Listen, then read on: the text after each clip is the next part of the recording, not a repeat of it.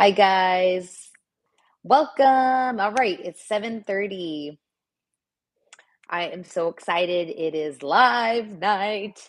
I really enjoy these live videos. They're such a great way to connect with you guys that are subscribing here, watching, sharing, commenting. Thank you.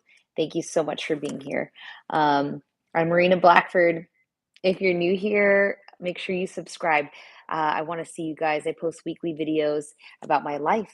My life is that I'm a two-time breast cancer survivor, a mom to toddlers, and I have a passion for sharing positivity and life hacks. So, welcome. I hope people start to come on, and I never see who's on here. I just see a number. I only see you on here if you comment. I just want you to know that. So if you want to be president, comment. I can see you. If you don't, I don't see who's on here at all. I'm just here chatting to the masses that show up. And as always, this video will upload to my channel. You can come back and watch it later in your time, what's convenient for you. But today I am really excited. I want to talk about 3 tips to live your best life. And I want to start with where I have been and why I think this is so important. Because I was reflecting on this the other day. Welcome, everybody. I was reflecting on this the other day, and I was just thinking about where I've been. And whether you are going through cancer now, you're a survivor, or you're helping somebody through this, just take a moment to pause and think about where you've been and what you've already gone through to be here, because it's probably really big. Whether you've had a cancer diagnosis that's scary, whether you've had stress in your life brought on by big changes, cancer or other, just really honor it. And so for me, the last 7 years of my life have been the hardest and most rewarding time of my 38 years of existence. What has happened in that time? In 7 years, I have had breast cancer twice, 2 different occurrences. I have had I've had 10 cancer-related surgeries to that, including a double mastectomy. I started with that, so if you can believe I've had that many surgeries after. Breast reconstruction, lumpectomy, staph infection, multiple surgeries to save me from a staph infection, another lumpectomy, um, and ultimately a full hysterectomy and removal of ovaries to, again, save my life so that I don't get ovarian. I have been through a lot. And within that time, I have dated and married my husband, had 2 beautiful children, and I have ran the Boston Marathon, which is huge. And so throw in the happy things with where you've been. But that is what I have been doing for the last 7 years. What have you been doing? It's been a lot, and I wanted to share the 3 tips for living your best life because there's something I'm doing now that I go in and out of doing, and it's transformative. It is changing my life, and I have to share it. So that's what the center of tonight's video is. So I will bring that to you, and I'll just go down the line here. So tips to living your best life. Hi, Rosa. Thank you.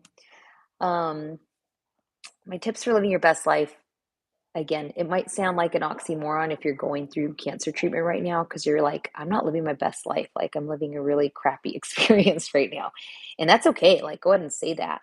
But I truly felt like I could live my best life even during cancer because what other moment do you have than right now?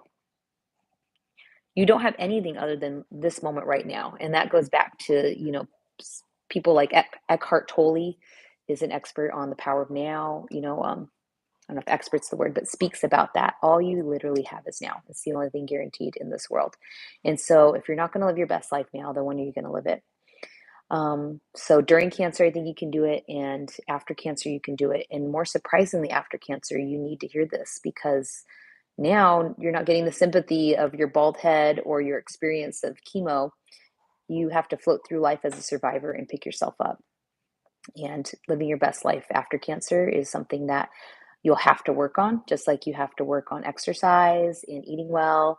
All of this, it takes effort. And if you're not putting in the effort, it's not going to come on its own. So realize that right now that you have to put in the effort to live your best life. Okay, no one's going to do it for you. No one's going to live your life for you. That also came from someone I love, Cheryl Strayed, that wrote the book Wild.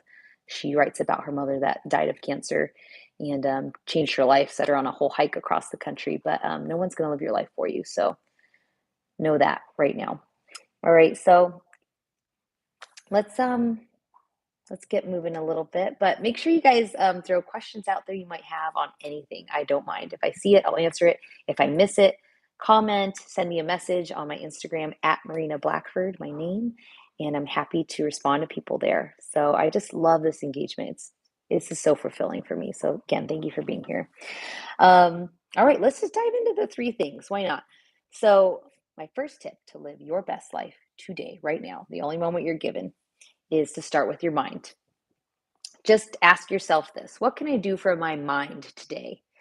And it can be a range of things. Here's what I like doing myself is I usually listen to a podcast like one a day. And it's just, I like to find something inspiring about mental health, just people's experiences. It really helps me put mine in perspective. So I love a podcast. Maybe you like reading. Maybe you want to do a puzzle. I've been trying to do more brain games again, Sudoku. Do something for your mind. Or this is one of my favorite things: if you can get into a deep conversation with somebody, having lunch with a friend, and you get to talk about life, that feeds your mind. And so break it down into these tips. Number one, your mind. Um, I'm going to comment before I move forward a little bit because when I had cancer, the first time I had cancer, um, I felt like I was able to get through it and still feel like I was living a good life because I put it as this. I told myself, if I die tomorrow, which could happen for any of us, cancer or not, what would I want for my life? And I felt very confident, and this has changed because life changes, you change. I felt very confident that I would be okay with it. And that sounds really weird and morbid, but because here's my word, because I've lived my life with such intention that I wouldn't change a thing. I have made mistakes. I have always wanted to improve, but I live my life with such intention that I was okay with that. So, anyways, that sets me on this journey of paying forward all these things to you guys. And I just want you to maybe ask yourself that question, that really, really deep question. If I were to die tomorrow, what would I want for my life? And if what you're doing today doesn't line up for what you want for your life, then maybe you should change one thing today. Maybe it's I would want my children to know how much I love them, or my parents, or leave an impact for somebody, or whatever it is. I want to travel to Europe. Like, what are you putting in place to do that? Because sometimes answering that question is a great way to reflect on today. Because sometimes we'll say, oh, right now I really want to hike more. I really want to eat better. I really want to start a new job. And that's all good. Those are good goals. But does it answer the question of what I would want for my life? It might not. And so it's good to kind of reflect in those senses, that there's goals and then there's like big picture. Okay. So I'm just putting out that thought for you guys.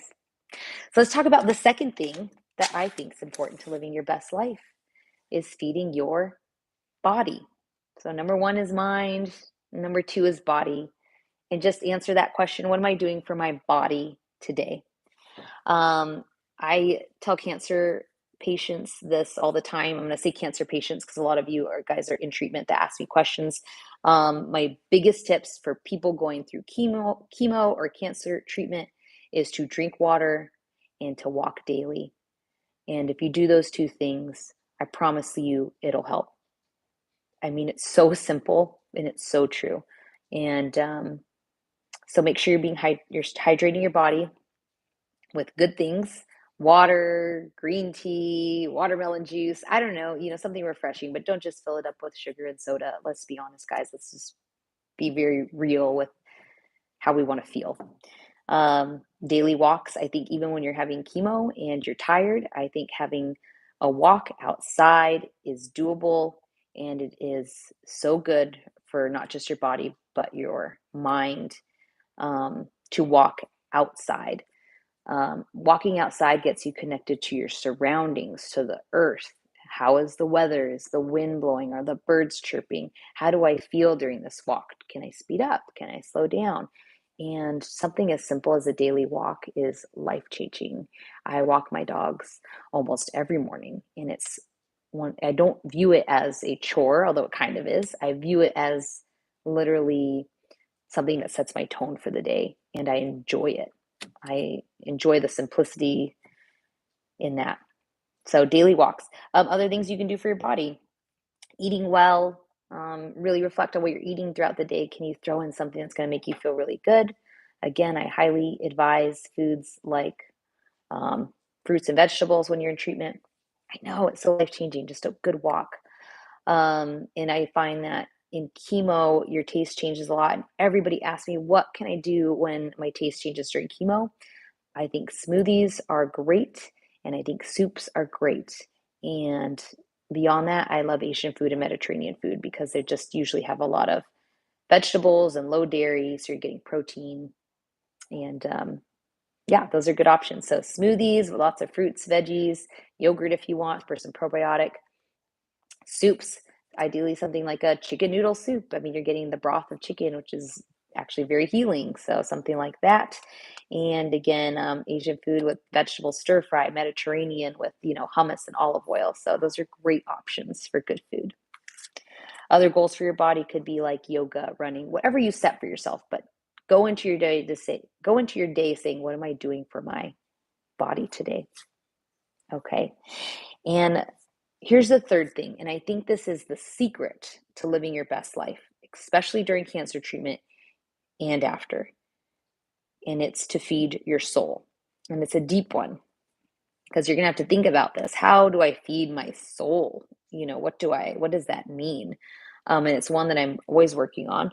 But here's what it means to me. My soul is reminding myself that inside of this exterior adult, smiling and holding it all together is an inner child. And what am I doing for that inner child? Because when you're diagnosed with cancer, um, you're often scared. I don't want to get emotional. I get emotional. You're scared, and that inner child sometimes just needs a hug, and you have to remind yourself of that. Like, if I was talking to a child about what they're going through, what would I say to them? And treat yourself that way on your journey sometimes, because we just need to be reminded of that. That's just, there's a fly. Don't be distracted me.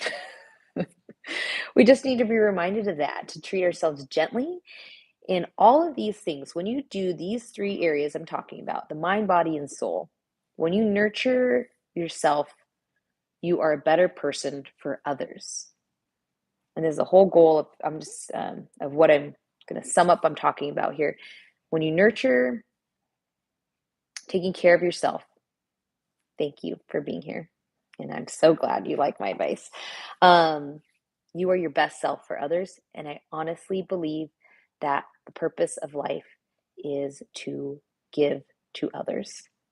When you can share wisdom, love, a moment, it's 100% the purpose of life. It's why so many of us are struggling after COVID, because our relationships were strained, put on hold.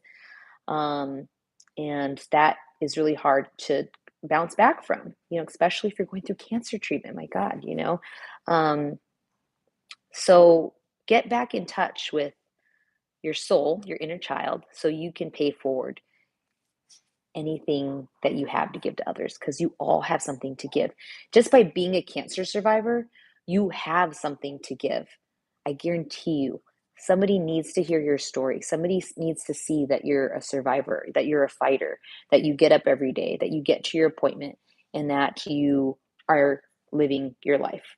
So those are the three areas that you should address daily to live your best life. Um, oh, and here it is, guys, the life-changing thing that I wanted to talk about. This is it. So if you made it this far, thank you. To help me get in touch with my soul daily, I've been doing something that is transformative. Um, Meditation is one thing you can do. It's uh, that is so calming. I love meditation for anxiety. It helps me sleep better. I just put on a sleep meditation app. You can do a walk meditation app, or you can sit and try and do a quiet meditation.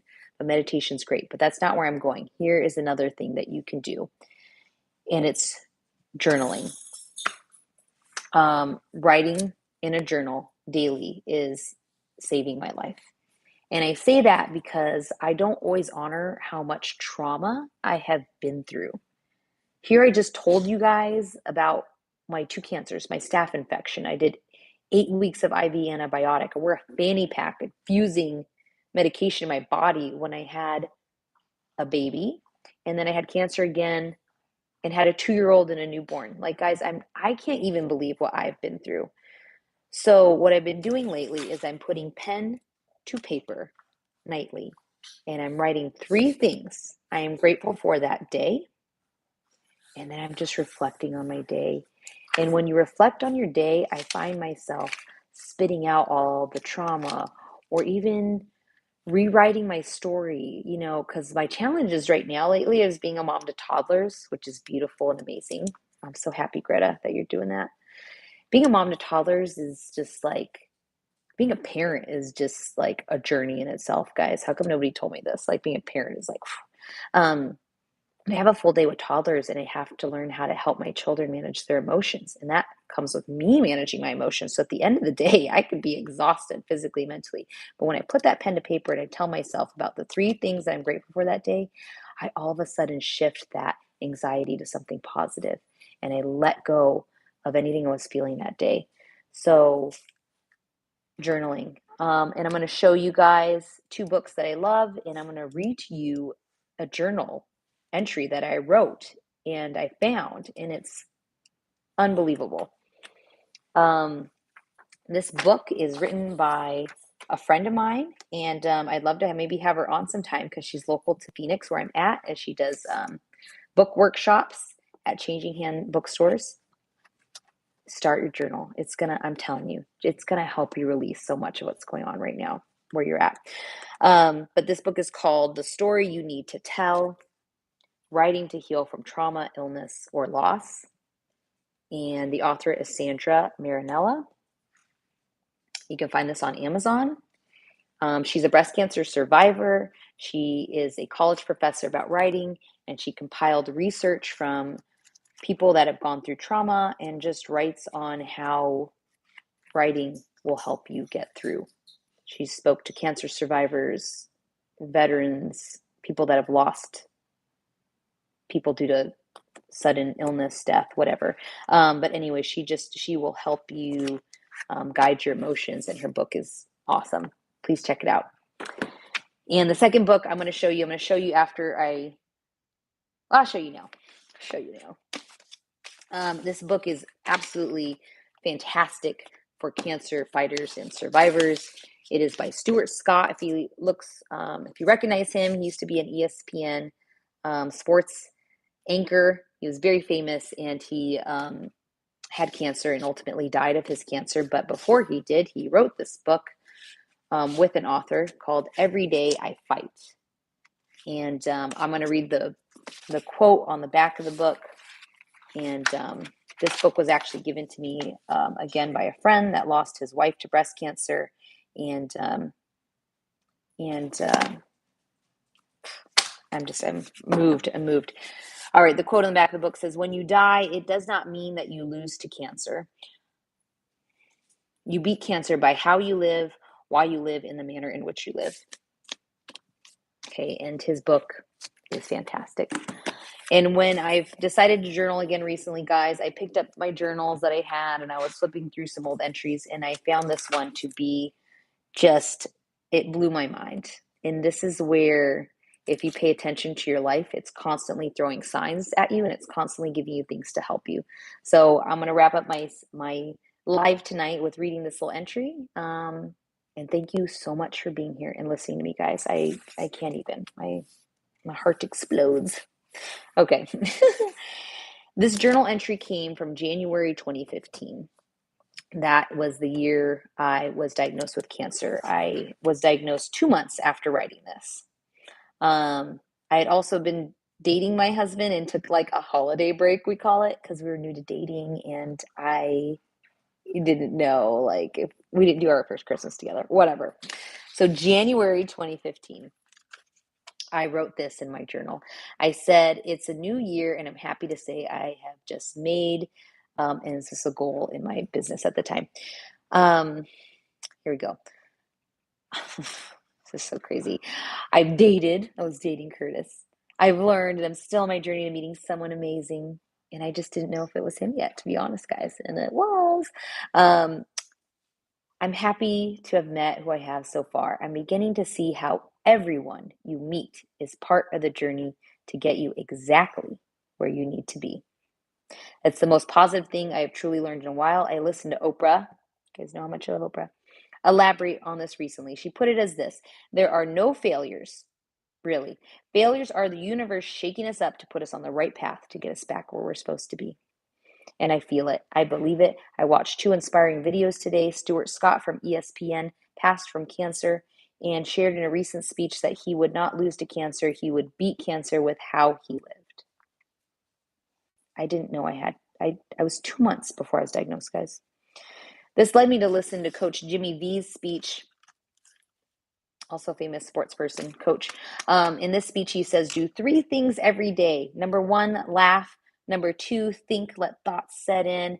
And number 3, be moved to tears, happy, joy, whatever it is. That's a full day. And don't give up. Don't ever give up. Wow, what a full day. His speech and Stuart Scott's speech, I can say, moved me to tears. Today, I set my marathon goal into place to qualify for Boston. It's scary and exciting all at once. I feel more prepared to go at it full force than ever. And I did. This year, I want to really grow as a person, a friend, a sister, a runner, a dancer, a woman. This year, I want to understand what I want in life. This may be the hardest. Time to believe and put it all out there. Not New Year's resolutions, but a New Year sparks something, and I'm ready for that. And that was my journal entry 2 months before being diagnosed with cancer. So the power of journaling might even be putting things in place that you didn't know you will need. Thank you for listening. Thank you for being here. I am so grateful for you all. Make sure you stay tuned. I have weekly videos coming at you. I may have a live next week. I'm going to keep you guys posted on that. I will let you know in advance if there's a live. If you have questions that I missed, make sure you find me, and I'll see you in the next video. Bye, guys. Have a great day.